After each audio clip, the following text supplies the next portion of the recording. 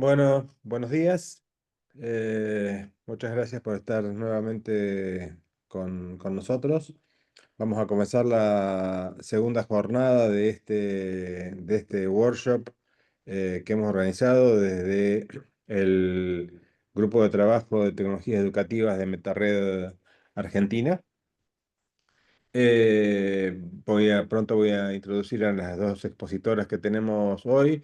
Quisiera recordarles, para los que todavía no lo han hecho, ayer lanzamos una encuesta con 3 preguntas muy sencillas que les pedimos a ustedes que completen. Les voy a compartir en este momento por unos minutos el QR para que ustedes puedan acceder con el enlace. Patricia les va a estar pegando en la sala de chat eh, el, el enlace para que ustedes puedan acceder a la encuesta. Así que les pedimos que todos aquellos que no lo han hecho, por favor, completen esas 3 breves preguntas.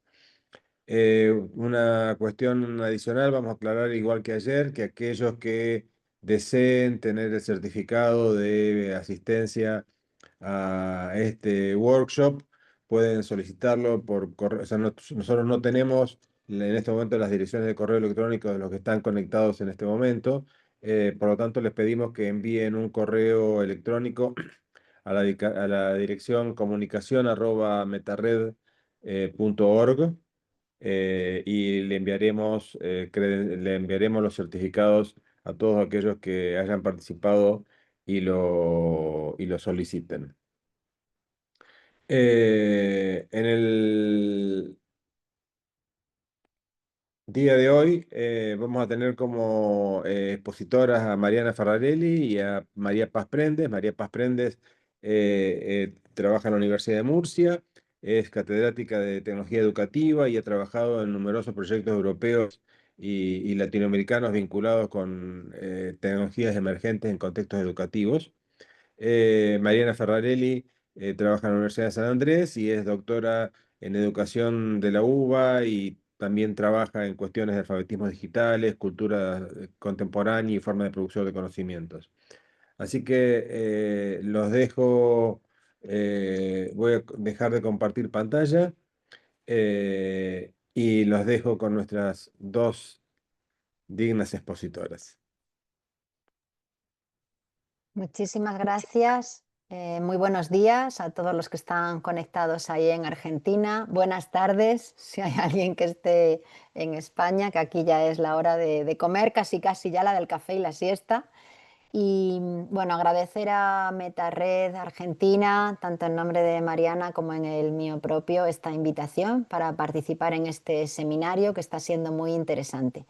Y bueno, pues voy a compartir pantalla para empezar, pero les invito a que utilicen las herramientas que tenemos a disposición del chat y preguntas y respuestas. Mariana y yo ya hemos hablado y nos vamos a ir organizando un poquito para que mientras que yo asumo más el protagonismo en la exposición, pues ella irá interrumpiéndome y moderando todo lo que ustedes tengan a bien ir preguntando.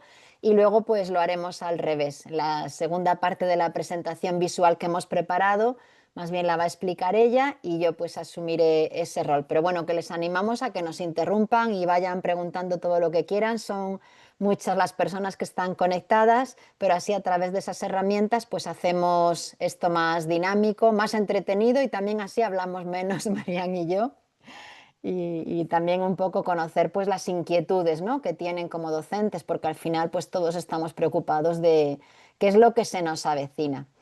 Así Muy que vamos bien, a bueno, aquí compartir. también saludo buenos días, buenas tardes a quienes se están sumando. Un lujo compartir con Paz este espacio y con ustedes, así que, bueno, muchas gracias por la invitación y avanzamos. ¿Te parece, Paz? Adelante. Bueno, pues ayer hicimos en el seminario, reflexionamos un poquito sobre todo este mundo, ¿no?, de la inteligencia artificial en el que estamos viviendo, que evidentemente suscita muchas reflexiones y suscita también preocupación, a veces incluso podríamos decir que hasta miedo, ¿no? Y la inteligencia artificial, pues es una variable más que tenemos en nuestra sociedad y que está afectando y está cambiando todos los ámbitos de nuestra vida. Pero nos vamos a centrar aquí más concretamente en las implicaciones que tiene para las universidades y bueno, pues esa difícil tarea de enseñar. Enseñar nunca ha sido fácil. La educación, los que nos dedicamos a la educación, yo creo que somos unos valientes, además de esa creencia que tenemos siempre, ¿no? De que quizá, bueno, pues estamos poniendo nuestro granito de arena para intentar conseguir una sociedad un poco mejor, de gente educada. Pero ya digo, no es fácil y en este mundo, pues ahora con este nuevo factor añadido de la inteligencia artificial, pues realmente vamos a afrontar situaciones complicadas que tenemos que conocer un poquito. Cuando hablamos de disrupción, cuando hablamos de revolución, cuando hablamos de esta tecnología de la inteligencia artificial, hemos de poner un antes y un después en el año 2022, cuando surge ChatGPT, porque en ese momento, en 5 días, tenía ya 1 millón de usuarios y de hecho incluso quedaron los servicios de ChatGPT paralizados, que ya no admitían más usuarios hasta que pasaron unos días de la avalancha que tuvieron. Estamos hablando de tecnologías que no eran nuevas, que desde los años 60 y 70 se venía investigando con inteligencia artificial, pero realmente es ahora cuando como sociedad conocemos qué es esto, ¿no? De la IA, al menos lo que son las herramientas de inteligencia artificial generativa. Y en este punto nos preguntamos, ¿por qué? ¿Por qué la IA en ese momento se hace tan revolucionaria? ¿Por qué nos suscita tanta curiosidad? ¿Por qué de repente pensamos que, bueno, que la IA va a suponer en educación una variable tan relevante? Pues algunos factores que yo creo que podemos tener en cuenta, pues puede ser ese cambio que supone de pasar de hablarle a una máquina a poder hablar con la máquina. Y la diferencia es sutil, pero no deja de ser importante. El poder comunicarnos con esas máquinas utilizando nuestro lenguaje natural. Ya no vamos a necesitar ningún tipo de código, ni clave, ni aprender nosotros un lenguaje máquina, sino que la máquina nos escucha y nos responde. El hecho de que son máquinas que aprenden. Cuando nosotros estamos utilizando herramientas de inteligencia artificial, nos estamos convirtiendo de un modo u otro en entrenadores de inteligencia artificial, incluso a veces entrenadores para mal, porque les introducimos nosotros los errores y provocamos incluso esos sesgos y esas alucinaciones de las que hablamos cuando aludimos a la IA. Y eso que nos hace, que nos llama tanto la atención, que es el efecto mágico de las herramientas de inteligencia artificial generativa. El poder decirle a una aplicación, hazme una presentación sobre el tema que sea, ¿no? Yo, pues sobre aula invertida, y en 5 segundos tenemos hecho una presentación. O decirle, escríbeme un texto para, pues yo hace poco, un material para mis estudiantes, el impacto social de la inteligencia artificial y qué repercusiones tiene eso en educación, y me escribió un libro como de 30 páginas con muchas reflexiones y demás, y en 5 segundos. Ese tipo de cosas, pues evidentemente generan como un halo mágico, ¿no? Otra cuestión ya a analizar es si esa información nos gusta, si es de suficiente calidad, si no hay referencias que sean falsas, si la IA no alucina inventando datos que no se ajustan a la realidad o a lo que nosotros contaríamos. Es decir, ahí hay muchos elementos que como docentes universitarios no podemos usar ese material así tal cual en bruto nos lo da la IA, pero que nos da un material que puede ser muy útil, pues tampoco lo vamos a negar.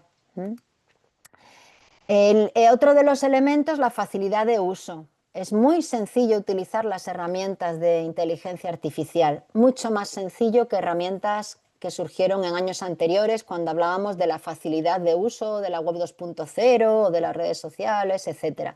La IA es muy fácil.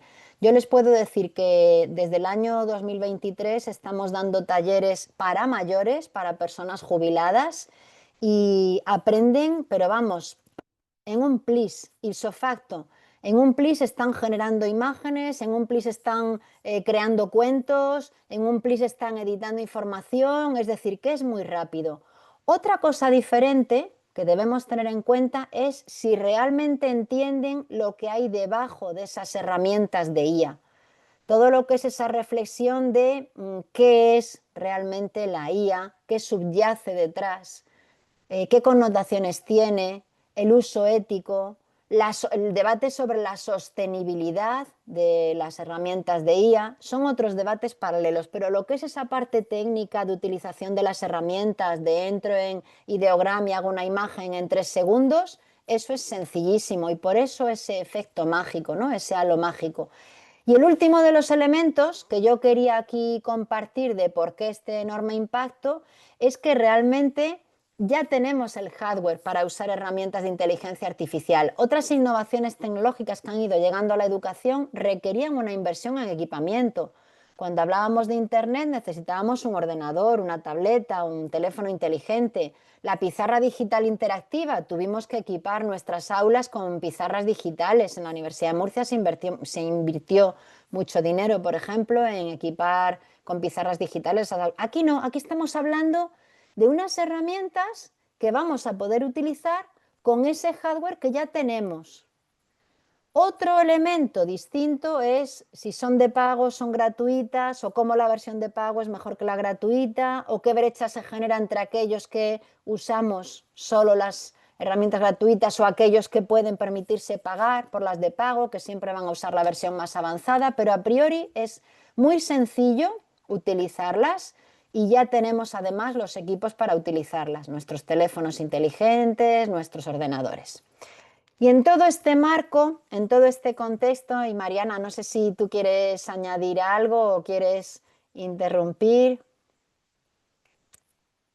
Ay, Paz, es que es muy interesante realmente y uno comprende que con lo intuitivo que son estos sistemas, interfaces muy fáciles al alcance de la mano, con una cotidianeidad del chat, que ahí le mando un beso a Alejandra Santos que está en el chat comentando aquí, en el chat este de aquí, ¿no?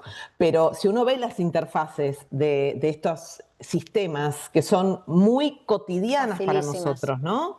Esto que vos estás Sí. recuperando explica por qué tuvo esta tecnología una penetración tan rápida, fue adoptada tan inmediatamente, Y sin instantáneamente, solo discusión, eso, sin discusión. totalmente.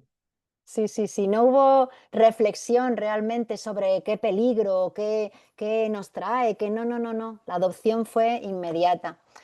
Y claro, en este contexto de adopción social de estas herramientas, nos preguntamos pues cómo afrontar el presente y el futuro de la educación, porque evidentemente siempre nos vamos quedando como unos pasitos atrás, ¿no? La sociedad avanza, la tecnología ya como un tren de alta velocidad.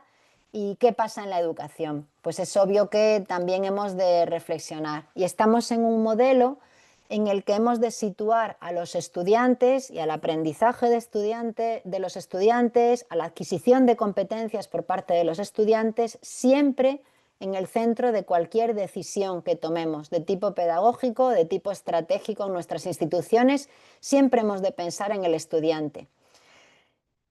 Si pensamos en el estudiante, ¿qué tenemos en las aulas del año 2025? ¿Qué nos encontramos en la universidad? Pues nos encontramos con un estudiante que cuando le mandamos una tarea, le pedimos que resuelva un problema o tiene que hacer cualquier tipo de trabajo académico para entregar, le va a preguntar sin duda alguna a ChatGPT, porque saben que existe ChatGPT y lo usan ya para mil cosas cotidianas, desde buscar una receta de cocina o lo que sea, ¿no? Entonces lo van a Paz, usar también. Van a poder buscar, ¿sí? aquí tenemos una pregunta interesante que tiene que Sí, ver con esto que venías comentando, que yo me detuve puntualmente a marcarlo. Luciana pregunta, digo, para no seguir avanzando con una pregunta sí. interesante, dice, ¿qué sucede con las brechas de pago más allá de lo fácil que resulta utilizar estas herramientas? Hay gran diferencia entre los Sí, servicios pagos y los gratuitos. sí, Volvemos un poco a lo que se hablaba ayer sobre el contenido sesgado. sí. Sí, a ver, los servicios de pago tienen dos elementos que no tenemos en los servicios gratuitos. Por una parte, tienen más posibilidades, lógicamente, de uso, es decir, algunas de las utilidades de la herramienta están vetadas para los que solo utilizan la versión gratuita y, sin embargo, en la versión de pago sí se pueden utilizar. Y después también el lenguaje que utiliza la herramienta y las posibilidades técnicas, pues siempre va a estar más actualizado para el de pago. Pues si el de pago está en la versión 5, en la gratuita, pues a lo mejor aún estamos en la versión 3 o en la versión 3.1. Pero claro, los que van avanzando, los que están realmente explorando el potencial más avanzado de la IA, son los que están utilizando las versiones de pago. No obstante, yo os puedo decir que de todas las herramientas de IA que yo utilizo para todo, y esto es un pequeñito escaparate que pongo ahora porque la presentación no es tanto sobre herramientas, sino más bien sobre reflexiones y repercusiones educativas, pero en la versión gratuita ya el potencial es enorme y uno se puede hacer una idea de para qué nos pueden servir y cómo las podemos utilizar. Pero sí, evidentemente, siempre la versión de pago va a ser más avanzada, te va a dejar hacer más cosas y encima es que vas a estar utilizando la última versión y no la antigua. Esto es como cuando uno se compra un coche, ¿no? Pues no es lo mismo comprar el coche de última tecnología que uno de segunda mano que ya lleva en uso 10 años, porque al final el de segunda mano pues no tiene los últimos avances en seguridad o los motores más ecológicos.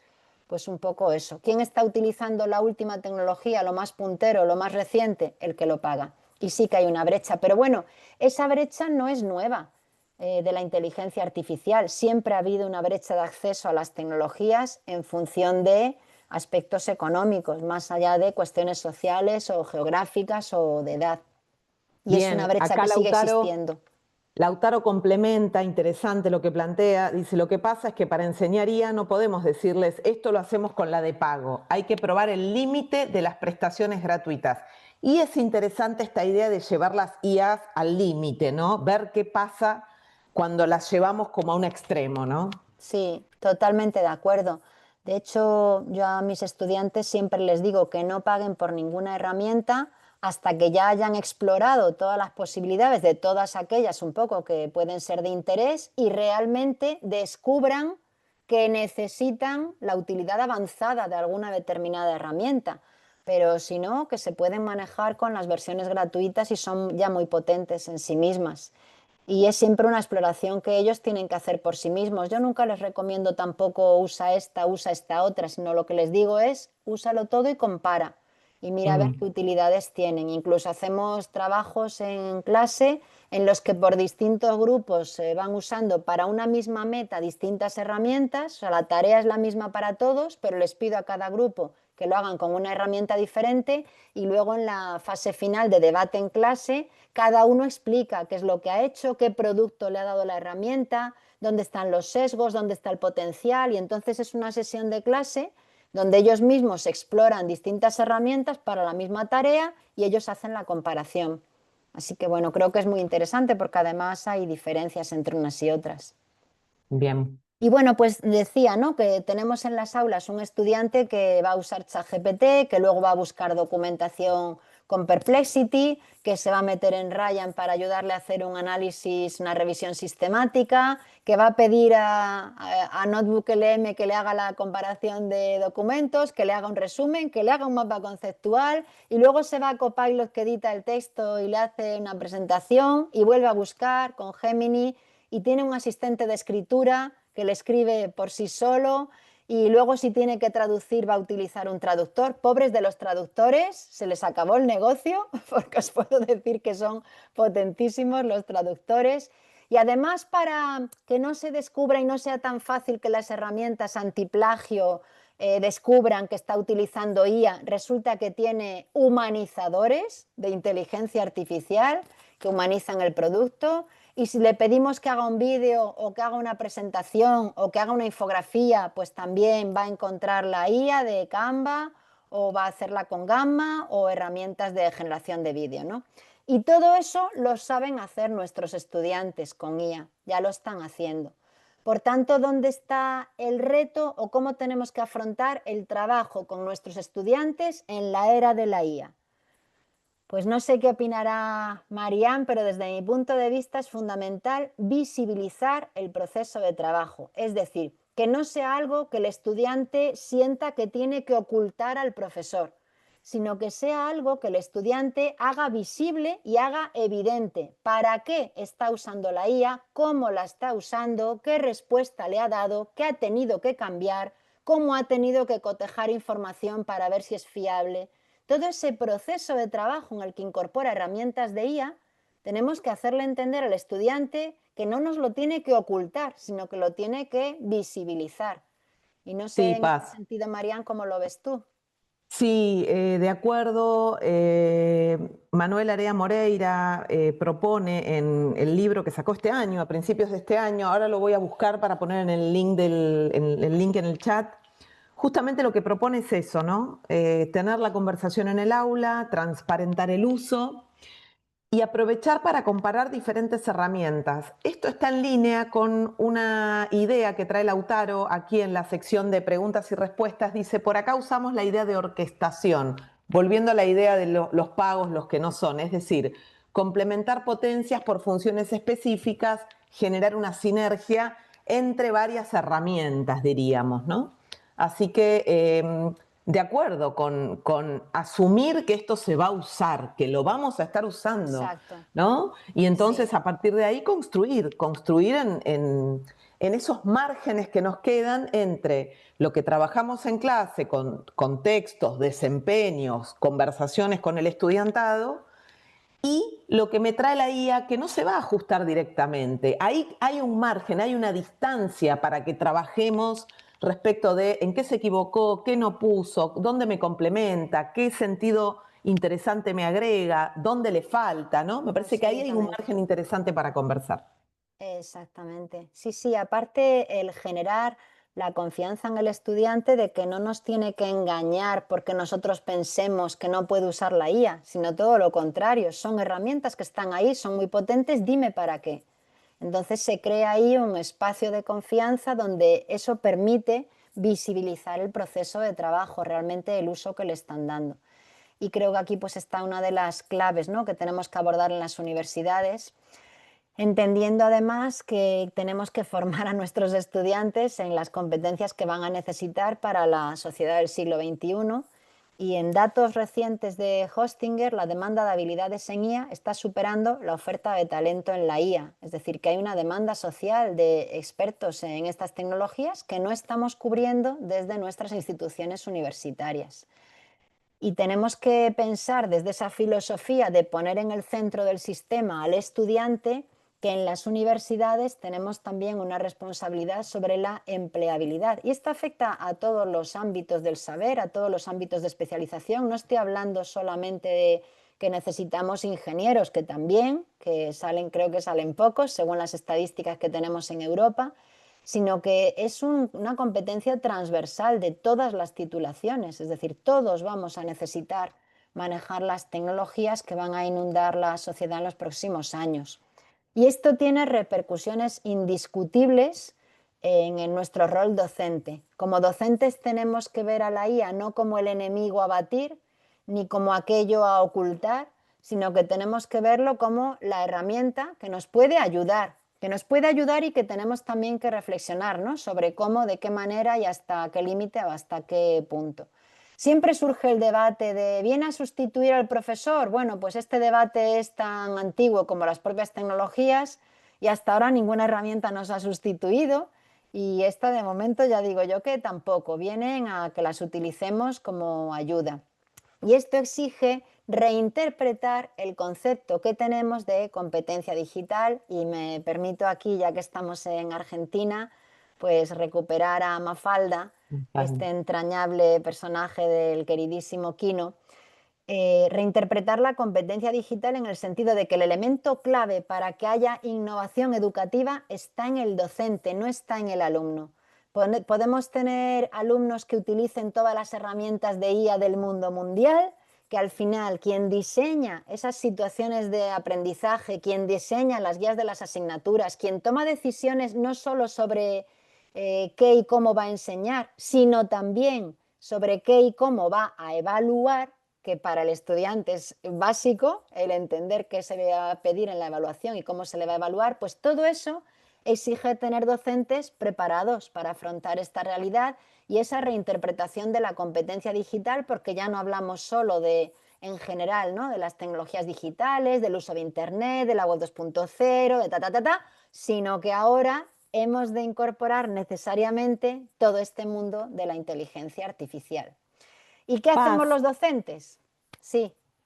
Paz, te traigo un comentario de un usuario que está identificado como área o identificada como área pedagogía.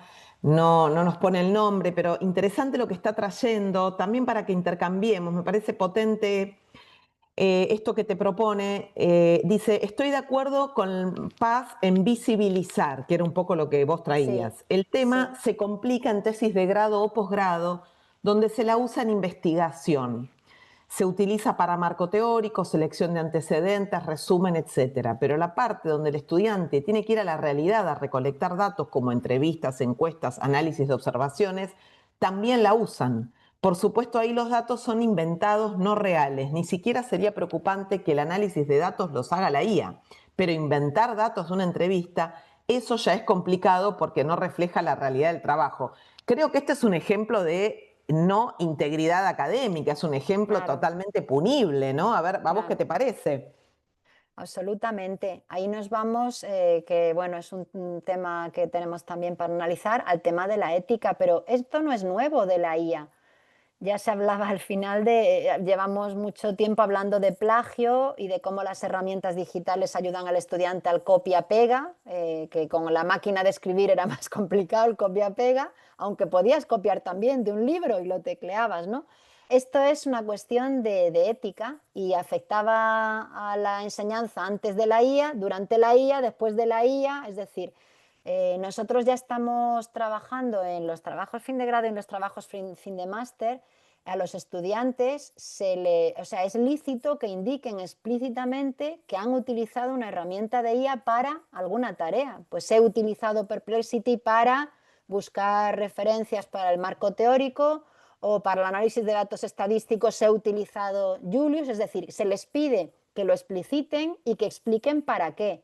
Ahora, que un estudiante hace un mal uso porque se inventa datos, no vayamos a ser tan ingenuos para pensar que antes de que existieran las herramientas de IA, ningún estudiante inventó los datos de encuestas, de entrevistas y de todo. O sea, es que esto no es nuevo. Entonces está ahí la ética del estudiante. Yo sí les puedo dar un consejo, y es que, y nosotros lo hemos experimentado, ya lo estamos haciendo, en las defensas de los trabajos fin de grado y trabajo fin de máster, hemos cambiado la horquilla de valor que se le daba a la entrega del trabajo y la horquilla del valor que se le daba a la exposición, al momento de la defensa y la exposición. Entonces nosotros teníamos un 60% en el TFM, por ejemplo, del Máster de Tecnología Educativa que tenemos en Murcia, teníamos un 60% del trabajo, porque se entiende que escribir las 80 páginas y bien escritas, pues era más valioso que no la exposición, ¿no? Y ahora lo hacemos al revés. El trabajo vale un 40% y la exposición y defensa vale un 60%. ¿Por qué?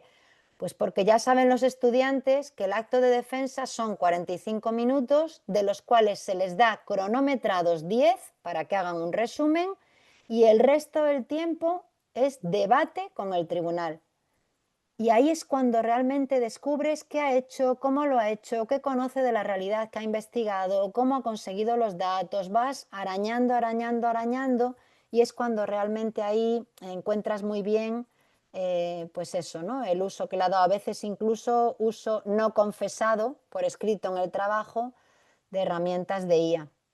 Pero bueno, al final es el problema de siempre, la ética del estudiante cuando hace un trabajo académico, y siempre hemos tenido trabajos plagiados, trabajos copiados, bueno, pues eso está ahí. Es verdad que la IA, a lo mejor algunas herramientas nos lo ponen más fácil porque es más rápido el procedimiento para inventar, pero bueno, lo que hay que inculcar a los estudiantes es esa ética en los procesos y trabajos académicos. Y bueno, yo decía que nos vamos a encontrar con situaciones en las que la IA nos genera mucha incertidumbre, incluso muchas veces genera miedo, ¿no? Y las películas de ciencia ficción han contribuido mucho a esto. El miedo que nos dan las herramientas de IA, hasta si los robots inteligentes van a crear un ejército que pueda dominar el mundo y estas cosas, o la curiosidad. Y yo me quedo con esta última, con la necesidad de ser curiosos. En el informe Horizon de 2024 ya se hablaba de que la IA es fundamental, sobre todo en la enseñanza superior, y se dice que no podemos enseñar sobre algo que nosotros no usamos y que no conocemos. Entonces realmente tenemos que tener esa curiosidad para explorar, para ver un poco hasta qué límite, como decía antes Marian, pueden llegar las herramientas de IA, ¿no? ¿Qué podemos hacer con ellas? Y ese afán de exploración es fundamental para luego poder trabajar con los estudiantes. Y también nosotros como académicos tenemos que aprender a hacer la IA transparente, es decir, no sería coherente pedirle al estudiante que haga visible su trabajo con la IA si nosotros lo escondemos. Por poner un ejemplo muy sencillo, si yo una presentación visual de clase la he hecho con una herramienta de IA porque me he apoyado en ella, no hay por qué ocultarlo, se les puede decir. Para hacer esta presentación de clase he utilizado Gamma, o para hacer este documento está hecho con ayuda de tal herramienta. He buscado esta información con Consensus y mirad el resultado que me ha dado, es decir, que en nuestras propias también estrategias y dinámicas de clase tenemos que hacer transparente el uso de la IA y que ellos lo entiendan, que son herramientas que están ahí. Es como si uno dice, he analizado datos con SPSS. Pues muy bien, pues he analizado datos con Julius, que además incorpora IA. Y bueno, lo que decía antes, ¿no? La ética, pero la ética académica planteada no solo para la inteligencia artificial, sino que al final creo que la ética está en la base, es el pilar que sustenta todo nuestro trabajo. Y necesitamos hablar no solo del, hemos dicho, el docente, el estudiante, son los dos ejes clave de los procesos educativos, pero necesitamos un tercer elemento, que es la estrategia institucional. Y aquí si hay algún rector, vicerrector, responsable de cualquier universidad, pues creo que como instituciones tenemos que pensar en ayudar a nuestros docentes y dar respuestas institucionales. Es una queja muy común decir, es que no sé qué hacer cuando me encuentro un trabajo que creo que ha utilizado pues, ChatGPT, ¿no? Por ejemplo, cosas así. Entonces, creo que tiene que haber tanto una propuesta de cómo queremos que sea nuestra universidad en los próximos años y dar apoyo y dar recursos a los docentes que no se encuentren solos frente a esta realidad. Y eso exige, pues, bueno, un buen liderazgo, ¿no? En nuestras instituciones educativas. Así que animo a todas las personas que sean gestores y que asuman responsabilidades de liderazgo a que analicen la IA. Y por poner un ejemplo práctico real, además de los que he puesto, ¿no? De pues cómo hago yo en clase o cómo interpreto la IA y cómo la trabajo con mis estudiantes. Aquí tenéis, por ejemplo, cómo la Universidad de California pues agarra un poco el toro por los cuernos y frente a otras instituciones que se están poniendo un antifaz y hacen como que no existe, pues lo que han hecho aquí es generar una herramienta en la que se les enseña a los estudiantes a utilizar las herramientas de IA para la escritura académica. Y entonces en la propia herramienta se visibiliza todo el proceso de trabajo de los estudiantes, se ve cómo utilizan las aplicaciones de IA y para qué, cómo el texto lo van reformulando, pero es que además los docentes en todo momento pueden también intervenir, matizar, dar feedback, se pueden diseñar situaciones de trabajo grupal, no solo individual, es decir, es incorporarlo como una posibilidad más dentro de nuestras propias herramientas a utilizar con los estudiantes, ¿no? Entonces es un poco esa, frente al miedo, pues yo lo que propongo es afrontar la realidad y realmente que lo hagamos visible y que lo hagamos transparente. Y llegando ya al final, pues yo creo que es fundamental, si queremos utilizar bien, integrar bien la inteligencia artificial en el sistema educativo, plantearnos no solo me hace una imagen o me ayuda a analizar unos datos, sino realmente qué hay debajo, qué es la IA, hacia dónde vamos y que nos imaginemos cómo queremos que sea el futuro en los próximos años, si es que somos capaces de imaginarlo. Manuel González de la Universidad de Zaragoza se pregunta en qué tipo de mundo algorítmico queremos vivir juntos, que me parece una forma curiosa de decirlo. Y Yudowsky es uno de los gurús, uno de los expertos en inteligencia artificial, y fijaos que dice con mucha diferencia: el mayor peligro de la inteligencia artificial es que las personas concluyen demasiado pronto que la entienden. Es ese punto en el que estamos muchas veces, en el que usamos ChatGPT o usamos Gamma para que nos genere una presentación y de repente ya pensamos que somos expertos en IA porque estamos usando esas herramientas. Pero debajo o detrás, por decirlo de alguna manera, pues hay que entender, ¿no?, que cómo se usa la IA, cómo todos contribuimos a entrenar o a desentrenar a la IA. Se habla de aprendizaje automático, pero también se habla de desaprendizaje automático, pues temas de protección de datos, temas de sesgos, temas de alucinaciones, el uso ético de la IA. Es decir, hay muchas aristas ahí que estaremos obviando y dejando en el tintero si solo nos limitamos al uso técnico de la herramienta para una, pues eso, quiero generar un texto, quiero generar una imagen o quiero que ChatGPT me dé respuesta a algo, ¿no? Hay mucho más detrás y debajo de la IA. Piensen que esto es como un iceberg. Lo que vemos cuando usamos las herramientas de IA es una ínfima parte de lo que realmente es la IA. Por tanto, es importante que tengamos esa conciencia, ¿no?, de, fíjense simplemente el entender la sostenibilidad desde el punto de vista de consumo energético o consumo de agua. Cada vez que le hacemos una pregunta a ChatGPT, consumimos el equivalente en energía y en agua a lo que serían yo no sé cuántos cientos de preguntas en Google, ¿no? Entonces, ¿para qué a veces estamos haciendo un uso inadecuado de esa herramienta? Porque estamos consumiendo recursos naturales que no necesitaríamos. Para enfriar las máquinas de inteligencia artificial se necesita muchísima agua, que esto, por cierto, va a generar otra brecha también geográfica, porque en España les puedo contar a modo de anécdota que se discutió mucho el instalar un centro de supercomputación de inteligencia artificial en Toledo, y uno de los dilemas que surgió, y muchos grupos ecologistas se oponían, a pesar del empleo que eso podía generar, porque consume muchísima agua. Las máquinas de ella hay que enfriarlas con agua y Toledo no es una zona donde sobre el agua. Con lo cual, bueno, pues hay ahí, como digo, esto es solo para la reflexión, porque la IA es mucho más de lo que vemos cuando simplemente usamos una aplicación y le pedimos algo. Y para reflexionar también un poquito sobre esto, Yuval Noah Harari, que es muy famoso porque saben que es bueno, historiador, filósofo, tiene muchos libros de reflexión y ahora acaba de publicar uno que se llama Nexus. Lo estoy leyendo, no me lo he terminado porque son como la Biblia, ¿saben? Son unos libros muy gruesos, no sé cómo este hombre tiene tanto tiempo para escribir tanto. Y una de las metáforas que él utiliza es la del aprendiz de brujo, que bueno, yo lo conocía mucho por la película de Disney, pero resulta que es un poema de Goethe de 1797, ¿no?, que luego Disney lo adaptó para hacer la película.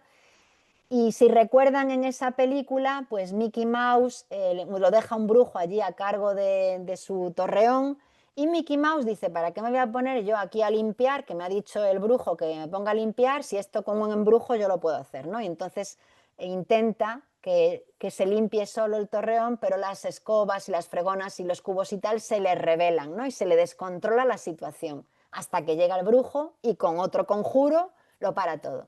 Y entonces nos dice Harari: nunca recurras a poderes que no puedes controlar. Es decir, que hace como una especie de llamamiento social a que, bueno, es importante que sepamos qué es la IA, qué tenemos entre manos y que seamos capaces, ¿no?, de tomar decisiones también y de influir sobre el futuro y los próximos años con IA. Porque son máquinas inteligentes, pero no son infalibles, ¿eh? Cometen errores. Y ya le paso la palabra a Marianne, a la profesora Ferrarelli, con una última reflexión que yo tenía aquí en mi parte de introducción. Me quedo con una frase de Bill Gates publicada en 2015 en su blog, que decía: no entiendo cómo hay algunas personas que no están preocupadas por la inteligencia artificial, y él es uno de los que está invirtiendo en los desarrollos de inteligencia artificial y por tanto sabe mucho más que nosotros. Él es seguro que está usando ya herramientas que nosotros aún no somos capaces ni de imaginar. Pero bueno, a mí me parece un poco tremendista y yo pues la he parafraseado, ¿no? Y al final pues lo que animo es a las universidades no a que se preocupen, sino a todos los universitarios a que se ocupen, ¿no? de qué es la IA, qué podemos hacer con ella y a dónde nos puede llevar. Creo que más que preocupación es importante ocuparse, darle a este tema el protagonismo que merece y afrontarlo pues desde la reflexión y desde la curiosidad, pero no desde el miedo, porque bueno, el miedo creo que paraliza y no ayuda a avanzar. Y nada más, le paso la palabra a Marianne y dejo yo de compartir. A ver, no sé cómo pasarte el control, Marianne. Control Si de querés dejar de diapositivas. compartir, empiezo a compartir yo y deja de compartir pantalla, que entonces empiezo a compartir yo y paso yo mis diapositivas. Perfecto. Ahí estamos, buenísimo. Entonces avanzo porque se nos alargó un poquito el tiempo, entonces me gustaría aprovechar este ratito para contarles algunas ideas que pensé y poder desarrollarlas en profundidad. Me gustaría ofrecer algunas líneas, algunas ideas para pensar la inteligencia artificial, sobre todo la generativa en el aula, y pensé estos 3 momentos para este ratito de unos 15, 20 minutos en el que, bueno, cada una va a compartir algunas propuestas.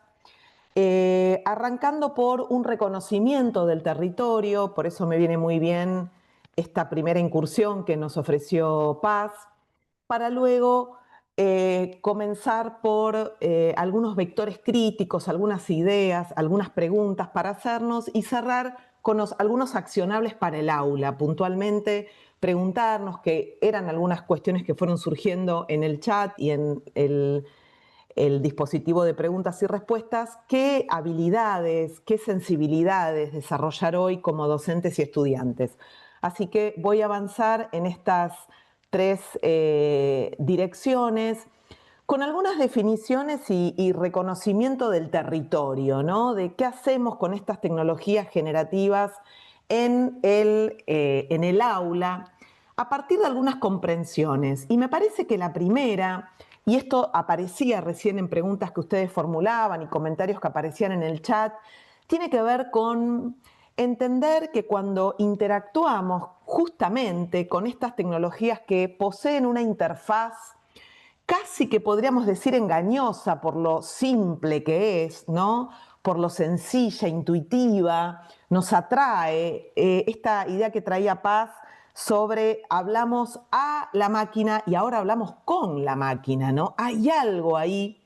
Entender que detrás de estas interfaces muy sencillas y cotidianas hay un entramado complejo, un entramado sociotécnico complejo que tiene varias dimensiones, varias capas. Una capa ética que nos tenemos que preguntar, especialmente desde el ámbito educativo, por la opacidad que tienen los sistemas. García Canclini, en Ciudadanos reemplazados por algoritmos, justamente plantea este contraste, ¿no? Entre la transparencia de nuestros datos para los sistemas y la opacidad que tienen esos sistemas para nosotros como ciudadanía. Me parece que el aula, que la universidad como institución faro para construir conocimiento, es el ámbito para que nos hagamos estas preguntas y eventualmente demandemos por la auditabilidad de los sistemas. Entender que cuando ingresamos en estos entornos, y esto también aparecía en lo que traía Paz, pero también en sus preguntas y comentarios, ingresamos a un ámbito estrictamente comercial. Recordemos que ni OpenAI, ni Anthropic, ni Google son empresas educativas, no son empresas de tecnología educativa, son empresas comerciales que tienen prioridades y valores orientados hacia este objetivo.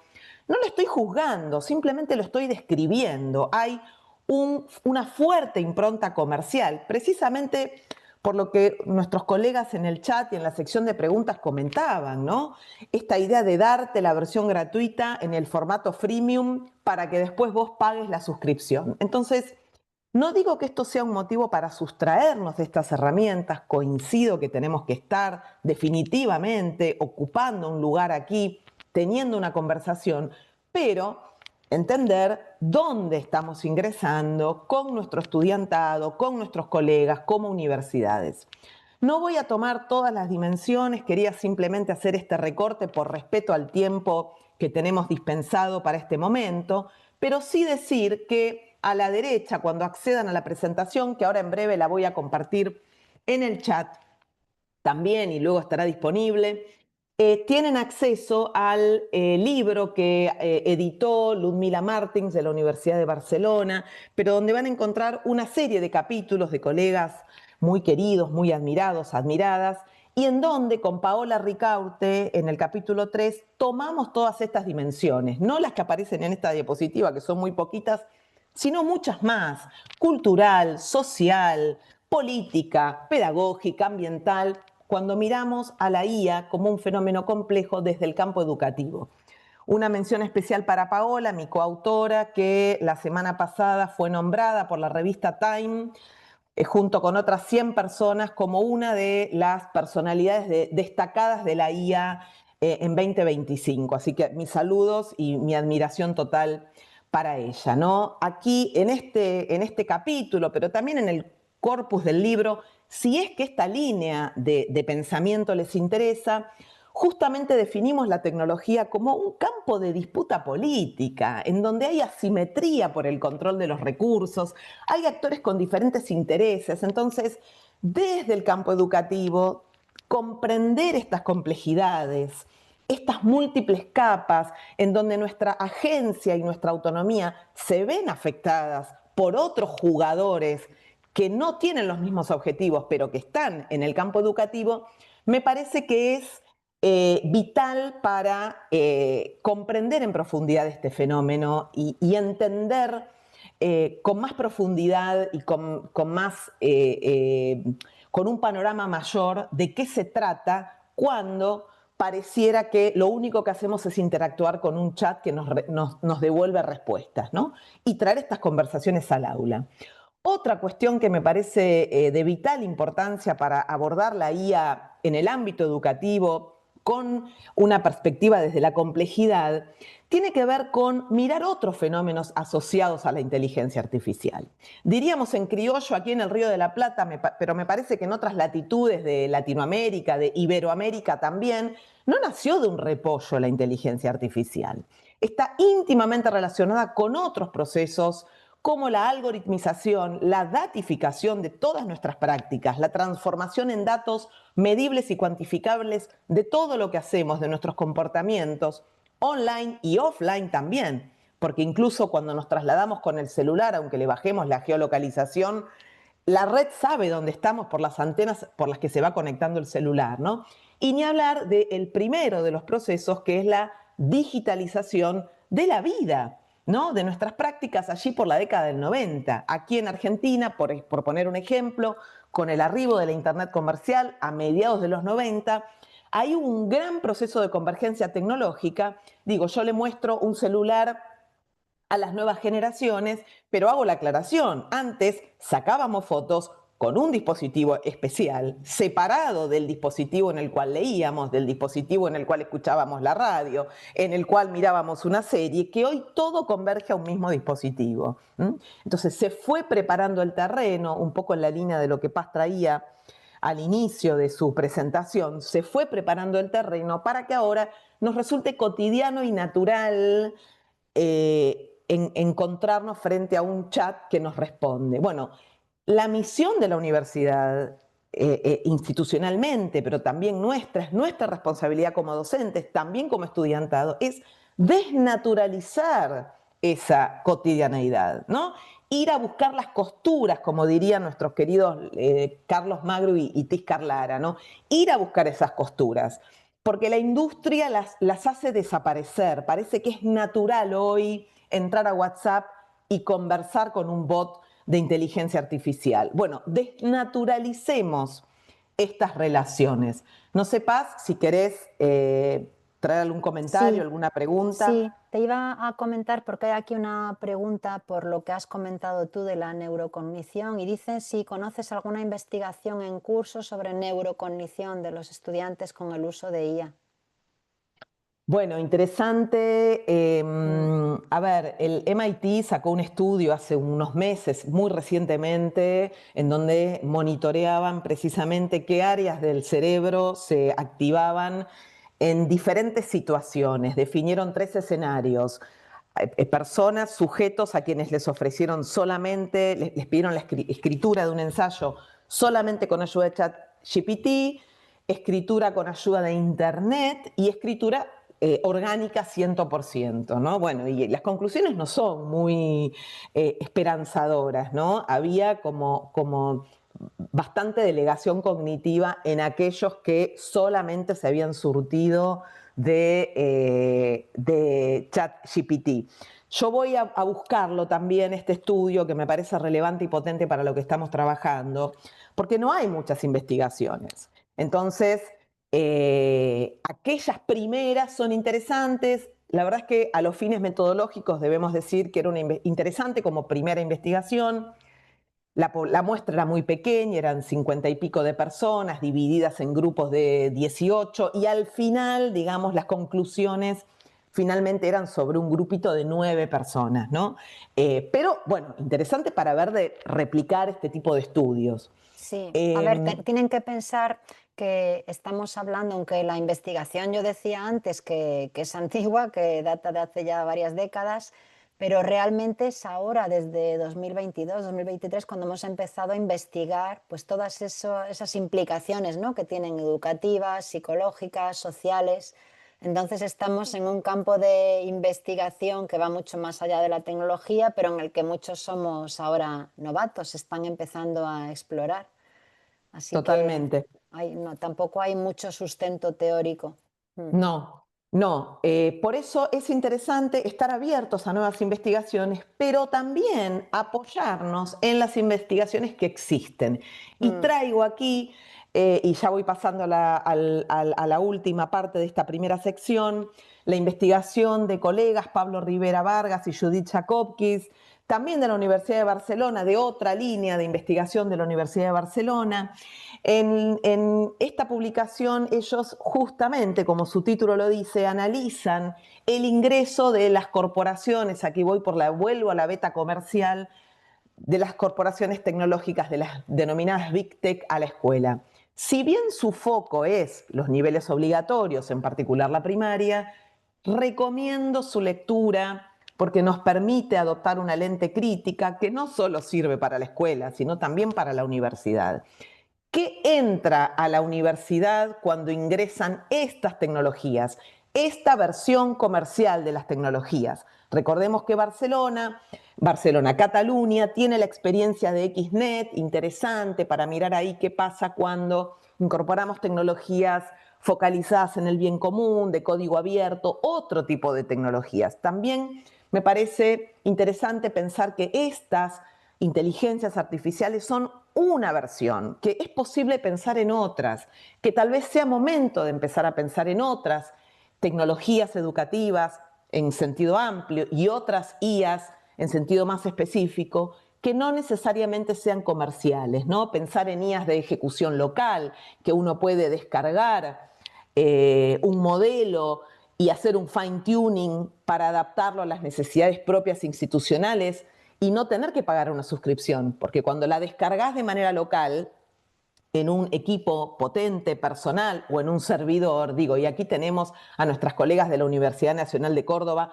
que tienen una supercomputadora, digamos, la Universidad de Córdoba es una especie de think tank de punta de lanza respecto de qué pasa cuando entrenamos un modelo propio o corremos una IA de manera desconectada de los servidores que están en otras latitudes, digamos, ¿no? Generalmente en el norte global. ¿Qué pasa cuando pensamos en una IA, en otra IA, otra concepción de IA más adaptada a las necesidades propias? ¿Cómo fue la experiencia en términos amplios de tecnología educativa de Cataluña en particular, que me parece valioso? También aclaro, este libro de Octaedro está cliqueable en la web y cliqueable aquí. Y después, para cerrar, esta idea de recuperar el carácter interdisciplinario de la inteligencia artificial. sobre todo para nosotros y nosotras que habitamos las esferas de las humanidades, de las ciencias sociales. No es la IA un campo exclusivo de perfiles técnicos. Y aquí traigo una lectura que recomiendo muchísimo, también cliqueable desde esta presentación, del Instituto Alan Turing en Inglaterra, que precisamente, también muy reciente, de hace un mes y medio, se dedican a explicar en este documento por qué las humanidades y las ciencias sociales debemos formar parte de los equipos que diseñan los sistemas de inteligencia artificial. No como satélites de esos equipos, no como, bueno, a ver, preguntémosle, consultemos a los equipos de sociales y de humanidades, sino como parte central de estos equipos para darles, como aquí lo dice, un giro cualitativo. Hoy en día las arquitecturas, ya no el funcionamiento, digamos, de cara al usuario, sino la propia arquitectura, el propio funcionamiento estadístico, de modelado probabilístico a partir de los datos que tienen estos sistemas,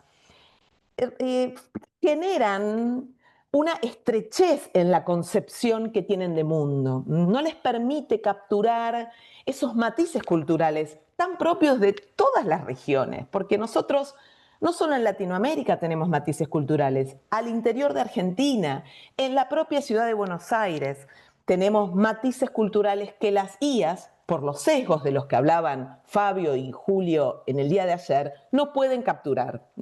Entonces, fíjense cómo desde los propios círculos técnicos, como el Instituto Alan Turing por excelencia, desde los cuadros técnicos, se está empezando a valorar y a mirar con otros ojos a las humanidades y a lo que tenemos para aportar desde las ciencias sociales en la arquitectura, en el corazón de los sistemas para lograr otros desempeños.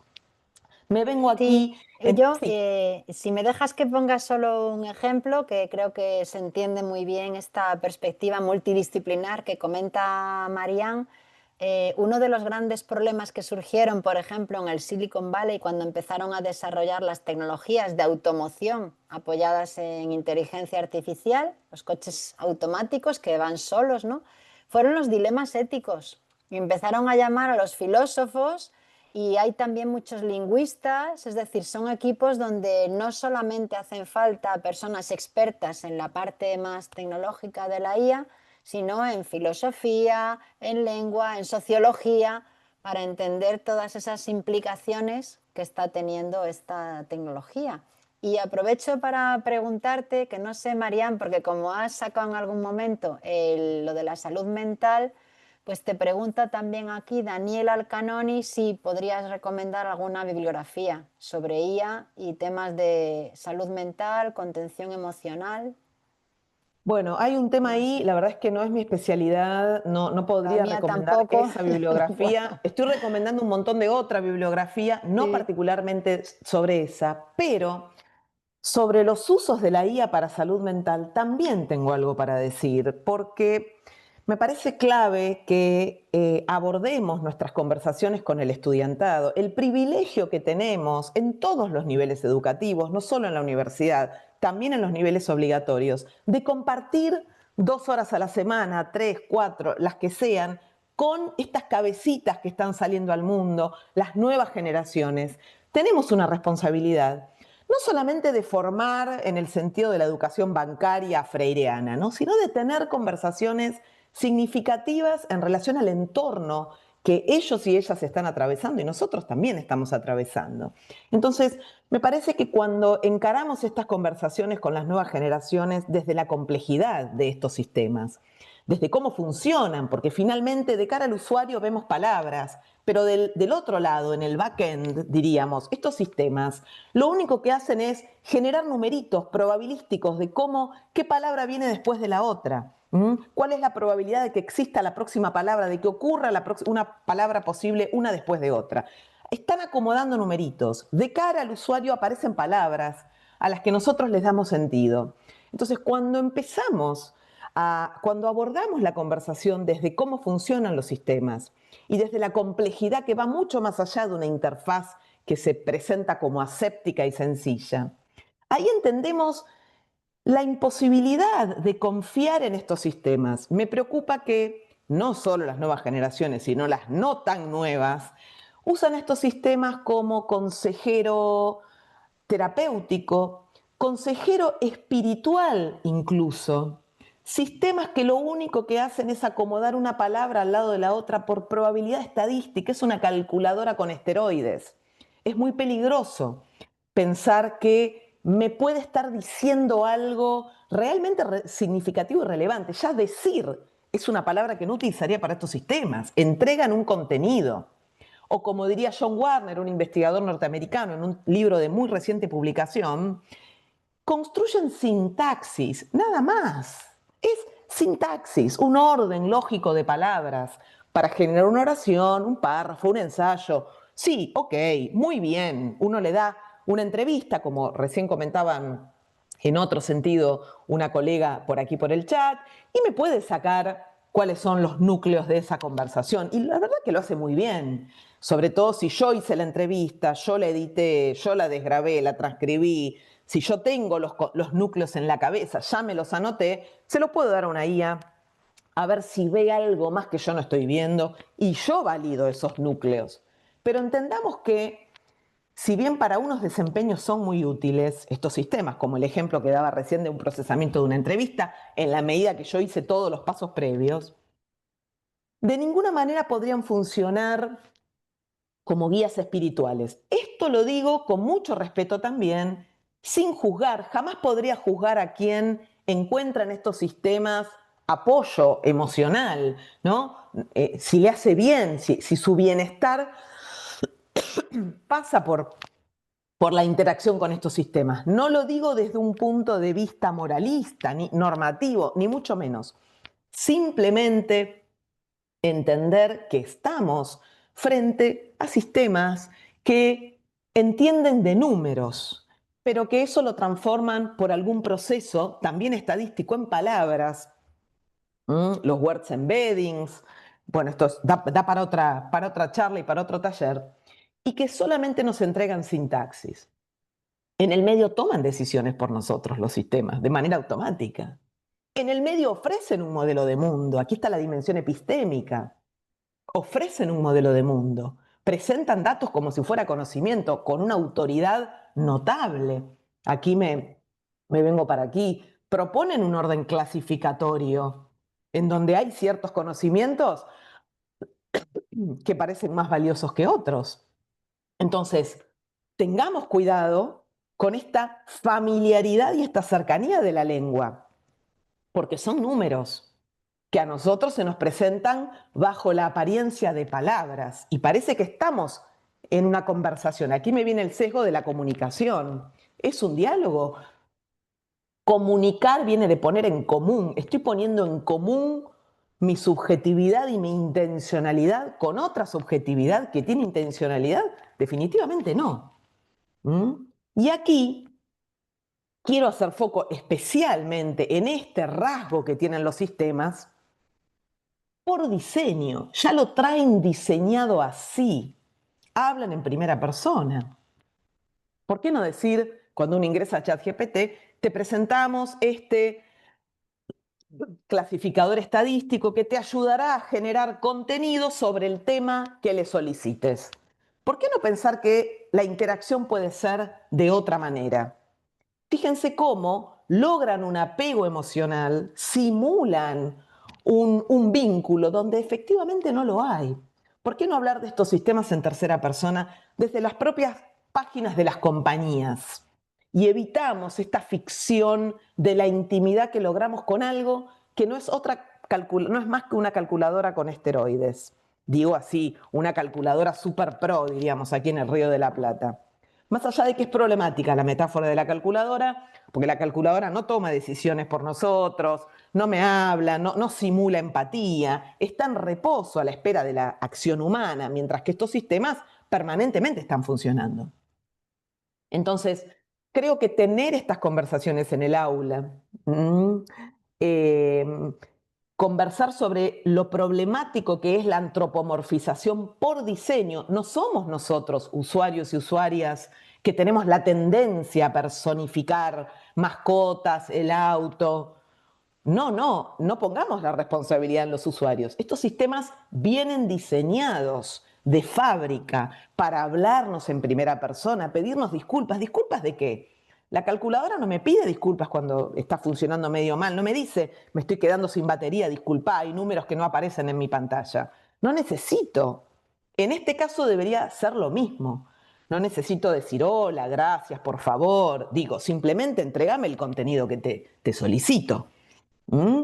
Hay algo ahí de simulacro que vale la pena sostener. Y en este sentido, también cliqueable, una entrevista de los colegas Tony Navarro y Alejandra López Gabrielidis a Katherine Hales. Interesante porque está en español, es uno de los pocos materiales actuales de Katherine Hales en español. Ella este año publicó otro libro más, A continuación de lo impensado, que también recomiendo efusivamente, en donde precisamente nos propone pensar en los sistemas técnicos como formas cognitivas alternativas, un tipo de cognición no consciente, diferente de la cognición consciente, pero que interprete al entorno, lee el contexto, un contexto conceptual, no físico, pero que igual puede interpretar y responder, digamos, de manera flexible.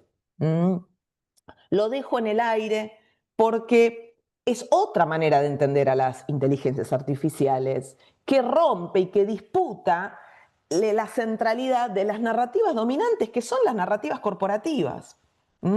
Que parece que necesitamos de la IA para todo, que viene la IA tecnosolucionista, un discurso tecnosolucionista también, a resolvernos todos los problemas, que la única alternativa de interacciones en primera persona.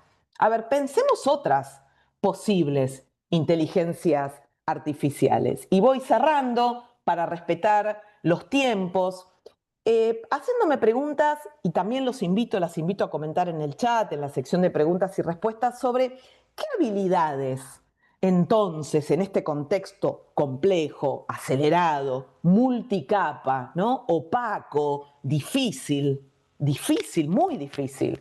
No neguemos que es difícil para nosotros como docentes, para nuestro estudiantado, ¿no? El bombardeo permanente de noticias. Me parece que la primera y la más importante, a ver vos, Paz, ¿qué opinás? Es dudar de todo.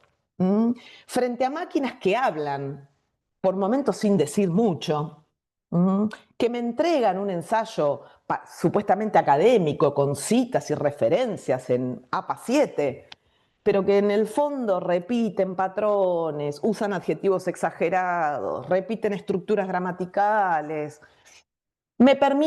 Permitámonos dudar de las imágenes, de los videos, de los textos. Pensamiento analítico, freno, miro bien, chequeo y después veo qué hago con eso. Un llamado a la flexibilidad y la resiliencia, ¿no? Flexibilizar nuestros marcos, como decía Paz, desaprender y volver a aprender permanentemente. No solo nosotros de las generaciones no tan nuevas, las nuevas generaciones también. Entender la lógica algorítmica de TikTok, que me atrapa, que me quiere, el autoplay de YouTube, el autoplay de las otras plataformas de streaming, Netflix, HBO. Entender cómo soltarnos. Hay un meme que circula que me parece muy interesante. Antes, en la época pre-IA y en la época pre-redes sociales, para desconectarte de la realidad te conectabas a Internet. Hoy te desconectás de Internet para conectarte con la realidad. ¿Qué está pasando? Me parece que hay mucho ahí para seguir conversando. Voy cerrando. La idea de experimentar. Liderazgo acá me quedó sin la L, ahora lo voy a acomodar. Esto lo paso porque era alguna cuestión que traía sobre la escritura, un texto de Floridi, que recomiendo, por supuesto. Y después, de cara al aula, recordar que la pregunta y la respuesta es didáctica, no tecnológica. ¿Cómo hago? ¿Qué hago con estas IAs en mi clase? No tiene que ver tanto con cuál es la herramienta o qué herramienta, sino qué va a aportar esta incorporación al aprendizaje de mis estudiantes, qué desempeños les voy a pedir, les voy a solicitar para que puedan hacer un uso enriquecedor. No un uso transaccional en clave de lógica transaccional, le pido, me da, copio y pego. Otro uso, ¿cómo voy a acompañar desempeños con apoyo de la inteligencia artificial? Porque si mi transformación digital para ayornar mis prácticas es que la presentación que hacía antes de diapositivas, antes la hacía artesanalmente y ahora me la resuelve una IA, y no estoy transformando mucho. Y si mi presentación para una clase, no digo para el formato de hoy que es conferencia y que está bien que sea así, pero si para una clase en donde pretendo tener un diálogo significativo con mis estudiantes, mi presentación tiene 120 diapositivas y mucha charla no va a haber, mucho diálogo no va a haber. Dime cuántas diapositivas tiene tu PPT y te diré qué tipo de profesor eres, ¿no? Entonces, entender nuevamente que no se trata de soportes, de pantallas, de tecnologías, sino de qué comprensiones y aprendizajes quiero lograr en mis estudiantes. ¿Cómo los voy y las voy a incomodar en la clase? Con preguntas, porque el algoritmo busca la comodidad absoluta, el algoritmo quiere que estemos felices mirando series 24 horas, scrolleando, mirando pavadas que nunca nos vamos a acordar, no al día siguiente, a la media hora, al minuto siguiente. Incomodar, lentificar, traer esos silencios que a veces parece que hay que llenarlos, ¿no? Porque está el silencio ahí como una bola que hay que evadir. Bueno, a ver, bajemos, ofrecer algo diferente que lo que nos ofrecen las IAs, no solo las generativas, sino los algoritmos estos que buscan que estemos adictos y adictas a las pantallas. Bien, dejo acá un bonus track con lecturas para leer. Carlos Magro estuvo en Argentina hace un mes y generosamente logró liberar uno de los capítulos de su ultísimo libro para poder acceder a él en PDF. Traigo aquí un material de la Universidad Oberta de Cataluña, otro de la Universidad de aquí de San Andrés. Así que, bueno, encantada con esta conversación, Paz, con esta conversación, esta invitación, Patricia Altamirano, Gaby Zabulski, toda la comunidad de MetaRed, con esta hermosa invitación. Y bueno, voy dejando de compartir para habilitar un momentito de preguntas.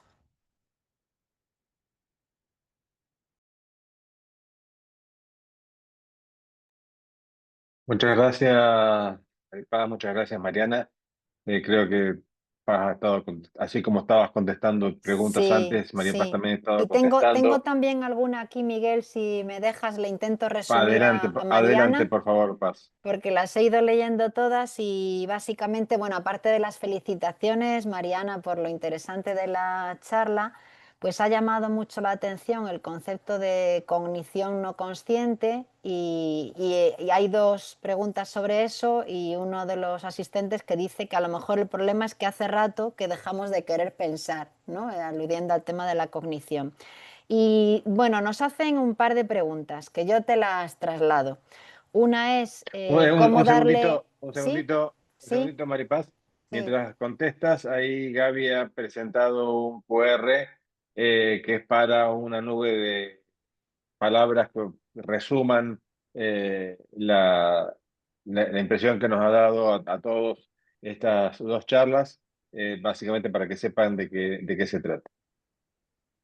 Adelante, Maripaz, gracias. Sí, pues decía Mariana que nos preguntan si hemos usado inteligencia artificial para hacer las presentaciones que nosotras dos hemos proyectado en esta sesión, que yo he respondido ya por el chat, he dicho que no le he dicho, digo, le preguntaré a Mariana porque no sé si ella lo ha usado, pero que en cualquier caso yo para presentaciones de clase sí lo he usado y no tengo ningún problema en decirlo y en clase lo digo, o sea que ¿lo has usado tú, la Bien, IA? Sí. interesante. Me parece interesante este fenómeno que está ocurriendo en el cual declaramos el no uso. Asumimos que todos estamos usando IA, Sí, entonces lo que declaramos es no haberla usado. No, en mi caso esta fue creada, ahí acabo de poner el link a mi parte en el chat para que puedan acceder y solo contesto este otro comentario, Paz, que nos habían hecho sobre la cognición no consciente. Katherine Hales la trabaja fundamentalmente en su libro Lo Impensado, que está publicado por Caja Negra en español. y este año publicó una continuación que se llama, que aún está en inglés, de las bacterias a la IA.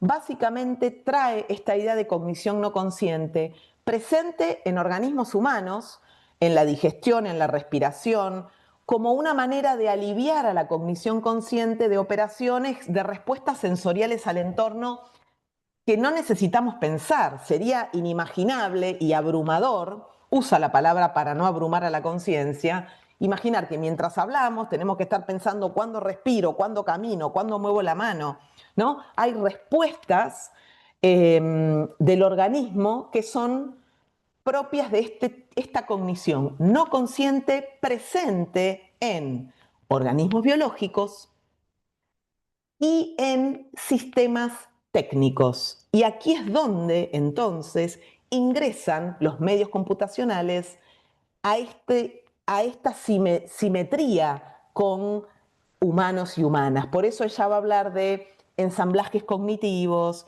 convergencias entre humanos y máquinas, en donde el reemplazo no es pensable, sino más bien como ella le llama, la tecnosimbiosis. Es largo, lo dejo ahí, lean la entrevista de Tony Navarro y López Gabrielidis.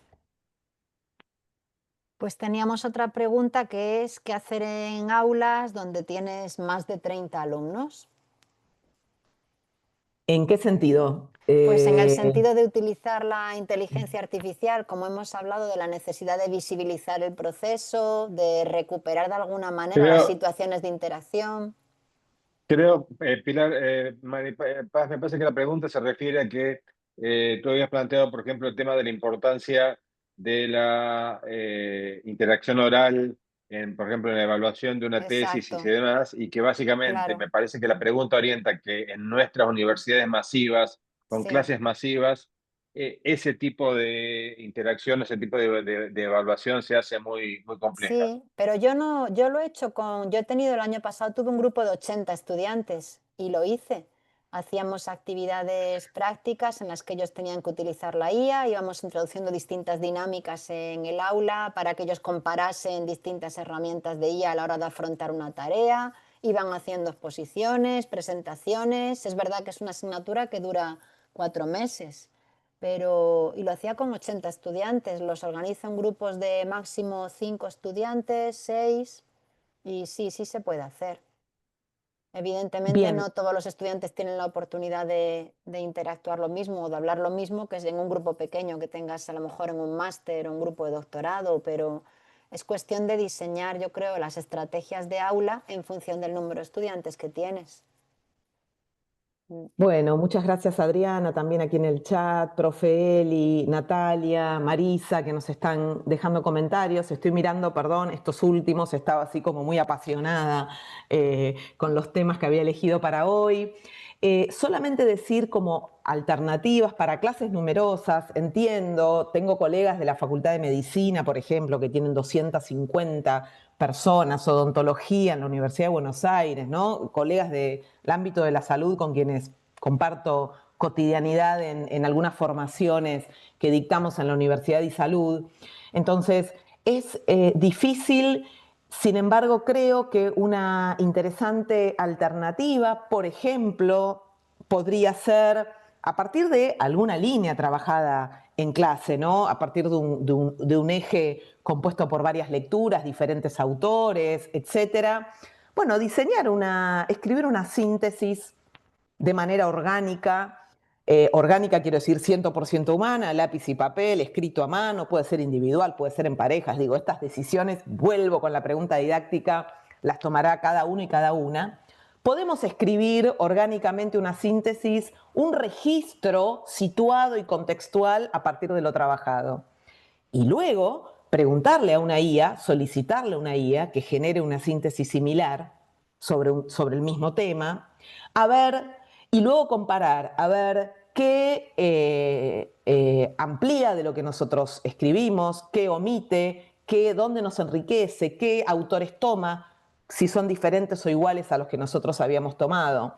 Digo, la imaginación pedagógica no tiene límite, entonces en función del contexto, eventualmente podemos comparar varias herramientas, los resúmenes que elaboran varias herramientas. No pienso en actividades que pueden ajustarse a diferentes contextos, ¿no? Con más conexión, con menos conexión, grupos más chiquitos, cursos más pequeños y cursos, como decía Miguel, masivos como en las universidades de aquí de Argentina, ¿no? Sobre todo las públicas. Pues te preguntan también ahora en el chat de estrategias institucionales relacionadas con la regulación del uso de IA en instituciones educativas de Argentina. Ay, qué interesante esto. La Universidad Nacional de Mar del Plata, aquí en Argentina, ha publicado recientemente un documento para regular el uso. Me parece clave formar consejos que diseñen estos lineamientos, pero que involucren no solo a docentes, sino también a estudiantes, ¿no? Hay ahí un poquito, y Paz, cuando vos estabas hablando, se comentaba en las preguntas, alguien había comentado, suele asociarse al estudiantado y la IA igual plagio, igual trampa. Rompamos ese prejuicio también, no necesariamente es así. Hay estudiantes que están haciendo usos muy potentes y tenemos que ir a buscar esas voces, hacerlas visibles también, ¿no? Me parece que hay ahí un tema, es decir, hay conversaciones que tenemos que tener en el aula, en la universidad, en los consejos académicos, ¿no? Me parece que cuanto más hablemos, más vamos a comprender el fenómeno y más nos vamos a dar cuenta de qué camino tenemos que tomar institucionalmente cada universidad o cada escuela, ¿no? Una pregunta que me surge en ese contexto. Yo estoy mirando la nube de palabras de hoy comparada con la nube de palabras de ayer. La nube de palabras de ayer, la que tuvo como principal fue el desafío y segundo, innovación y sesgo. Acá en esta ha estado ganando permanentemente la palabra ética en esto junto con responsabilidad y reflexión, ¿no? Y en esta cuestión, digamos, de pensar en el tema de los estudiantes y echar la culpa. En última instancia se planteó el hecho de que esto ya ocurría de antes y en cierto sentido parecería que nos estamos quejando de la democratización del fraude. Antes podía cometer fraude el que podía pagarle a alguien para que le haga la tesis y ahora, digamos, esto se ha democratizado y entonces no, es un problema. Antes no era un problema porque lo podían hacer solamente los estudiantes con dinero y ahora esto se ha democratizado. Me parece que tenemos que repensar nuestra forma de vincular el proceso educativo con el proceso de evaluación, ¿no? Ay, qué interesante, Miguel, esto que estás trayendo. La verdad no lo había pensado así y coincido totalmente. Coincido totalmente, sobre todo porque es una pregunta que se están haciendo muchos compañeros, compañeras, docentes.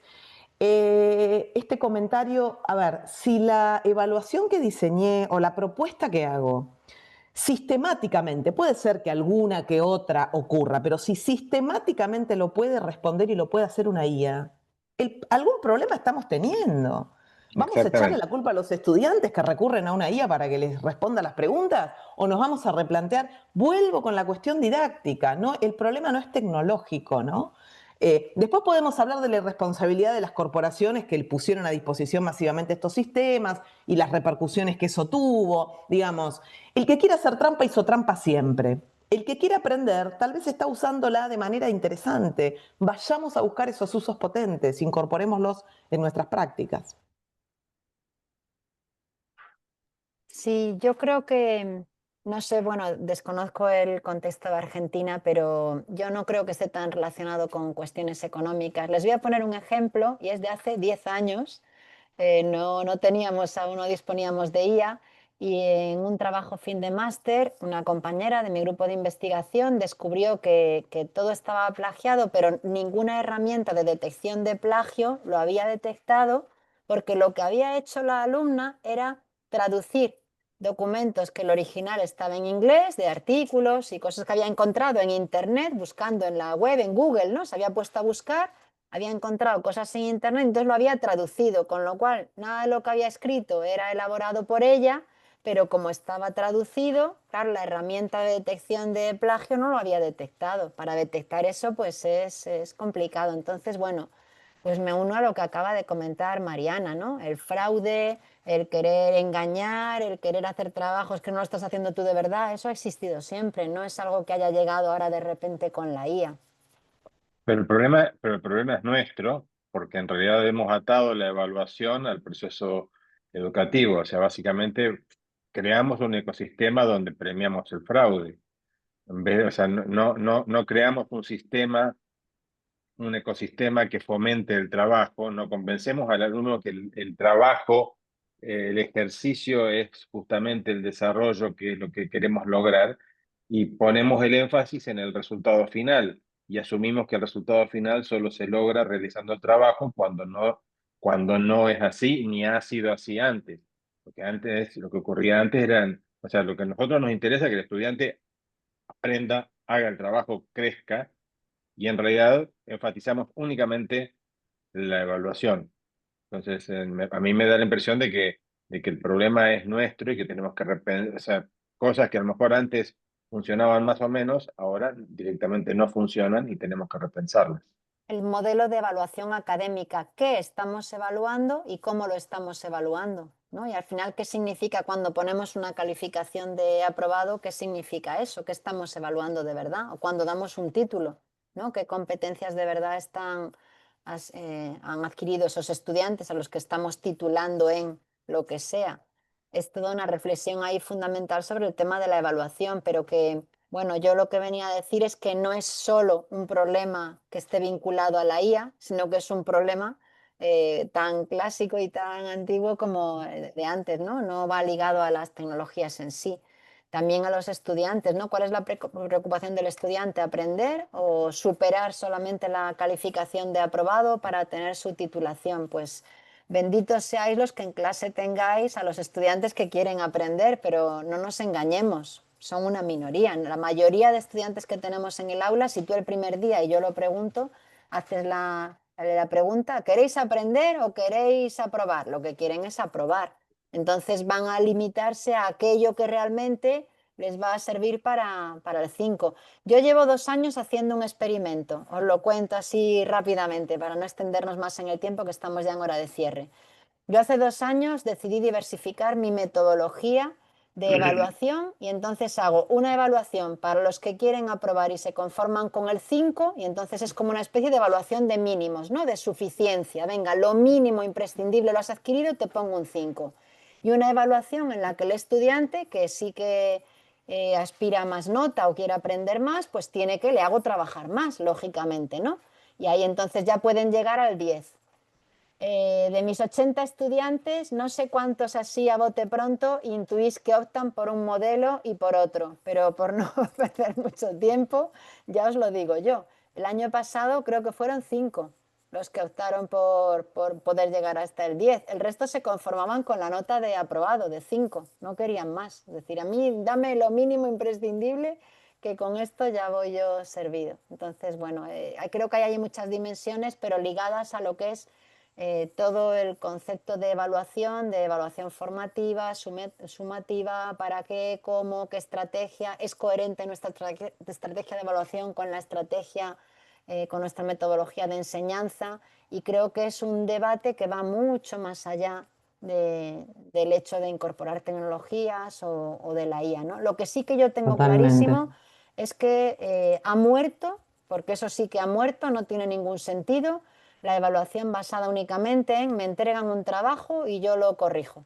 Lo típico que hacemos cuando tenemos muchos estudiantes, ¿no? Venga, y un trabajo en grupo, y venga, que me lo entreguen y lo corrijo. La corrección de tareas, la corrección de trabajos, eso el estudiante lo puede hacer con IA, pero es que nosotros también podemos corregirlo con IA. O sea que Nadie será aprende, también... nadie enseña y es un Exacto, exacto, simulacro. Quiero ir exacto. con algunas cuestiones que aparecen en el chat. Mónica dice, la nube nos muestra un indicio, los valores siguen siendo el vector, lo celebro. Y un poco de razón tiene, ¿no? Estamos aquí hablando de ética, de responsabilidad, de transparentar, visibilizar. Betina Duarte, a ver si lo encuentro, me está costando volver, había puesto algo interesante respecto de los docentes. Dice, yo no creo que la responsabilidad sea de los docentes, que no elegimos la cantidad de estudiantes con los que podemos trabajar, ¿no? Bueno, sí, de acuerdo, Betina, parcialmente, coincido, ¿no? Por otro lado, también creo que el escenario nos interpela, ¿no? Es una tecnología que está. Y quiero ser muy cuidadosa. Critico a esta IA, como habrán visto, desde muchos ámbitos, pero es la que tenemos hoy y es la que ya está en las aulas y en los bolsillos y en los espacios de ocio cuando nuestros estudiantes se ponen a estudiar y a trabajar para un escrito. Entonces, avancemos en este escenario en donde tenemos máquinas que resuelven pruebas estandarizadas, evaluaciones de ingreso a posgrados, doctorados, pruebas médicas, legales, etc. Y aquí Florencia, que veo que varios le han puesto estoy de acuerdo, dice, hay una gran dificultad de atención en los estudiantes, tanto durante las clases como para las lecturas o los contenidos audiovisuales largos. La IA ofrece velocidad e inmediatez. Y aquí es cierto, creo que hay una pregunta que tal vez todavía no podemos responder, pero sería interesante ver investigaciones en ese sentido, respecto a qué se pierde un estudiante que no lee el texto original. ¿Por qué deberíamos leer Aristóteles, Foucault, Hannah Arendt en el original? ¿Por qué leer esos textos en el original y no un resumen edulcorado de una IA? Yo tengo un montón de motivos, tenemos que cerrar, no es este el espacio, pero creo que es una pregunta que también, no solamente en relación a la escritura, sino también en relación a la lectura, como lo trae Florencia, debemos preguntarnos, ¿no? ¿Por qué leer los textos originales? Que son trabajosos, llevan más tiempo, me cuesta, me frustro, hay un montón de cuestiones asociadas a eso. ¿Por qué leeríamos a Sartre? ¿Por qué? Y no un resumen edulcorado que me trae una inteligencia artificial. No me lo quedo pensando. Bien, muchísimas gracias Mariana, muchísimas gracias Maripaz. Creo que ha sido Gracias por la una charla invitación. extremadamente enriquecedora. Acá hay gente que pide otra reunión. Ya estamos en el grupo de tecnología educativa de Metarred, de los cuales todos los que quieran participar están invitados a participar en el grupo de trabajo de metodología educativa de Metarred Argentina. Eh, Estamos pensando en otras, o sea, no hemos acabado con nuestros proyectos para este año en este tema. Vamos a ver qué podemos difundir próximamente. Eh, Manuel, acá hay varios que han planteado que han tenido problemas con el envío de la dirección de correo para pedir el certificado. Tal vez si pudieras colocar nuevamente la dirección de correo para pedir el certificado, sería bueno. Vale, ahora Y mismo lo coloco. Y quisiera, bueno, agradecer a todo el grupo de trabajo. No voy a... Acá está Osvaldo Espósito, Gabriela, hay muchos otros miembros del grupo de trabajo que no están acá como panelistas, pero que les agradezco. No quiero nombrarlos todos. Quiero agradecer particularmente a Patricia Altamirano, que ha sido la locomotora que ha llevado adelante este encuentro. Realmente no hubiera sido posible sin el empuje que le puso Patricia, y quiero reconocer eso públicamente. Eh, Así que, bien, no sé si Patricia, Osvaldo, Gaby quieren plantear algo más para cerrar. Yo me moría de ganas de decir algunas cosas, solamente decir que creo que los docentes todos estamos en un proceso de apropiación. Este día de hoy y el de ayer son muestra de eso, de tanta gente pensando juntas, las participaciones en el chat, todos tenemos algo para decir, algo para contar.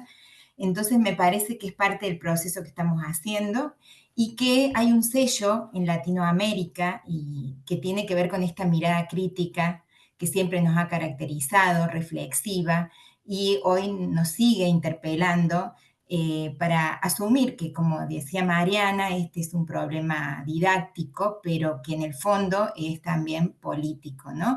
Y siempre por estos lados, por esta parte del continente, hacemos un esfuerzo para apropiarnos de las tecnologías, pero apropiarnos en un sentido genuino, y entonces es donde no podemos separar la parte más sociopolítica de la parte didáctica. Y creo que estas jornadas han sido un reflejo de eso. Por eso MetaRed Argentina creo que ha puesto su impronta en lo que hemos compartido en estas jornadas. Así que bueno, muchas gracias a los 4 expositores y ha sido un placer escucharlos. Un placer, muchas Manuel, gracias. no sé si has tomado la imagen clásica de la foto de familia. Pues la voy a tomar ahora mismo, ¿qué os parece? La verdad es que ha sido un gusto escuchar tanto a Maripaz como a Mariana, Muchas y ayer gracias. también, fue increíble el chat. Un segundo, por favor.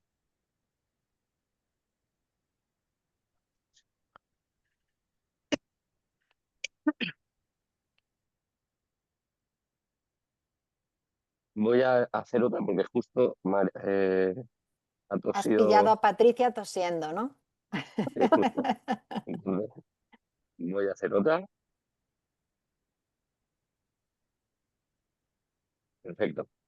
Pues nada, Bien. muchísimas Muchas gracias, un placer. Bueno, Hermoso muchísimas encontrarnos. gracias a todos. Muchas gracias. Gracias, chau, Adiós. chau. Ya nos Comentar encontraremos de vuelta.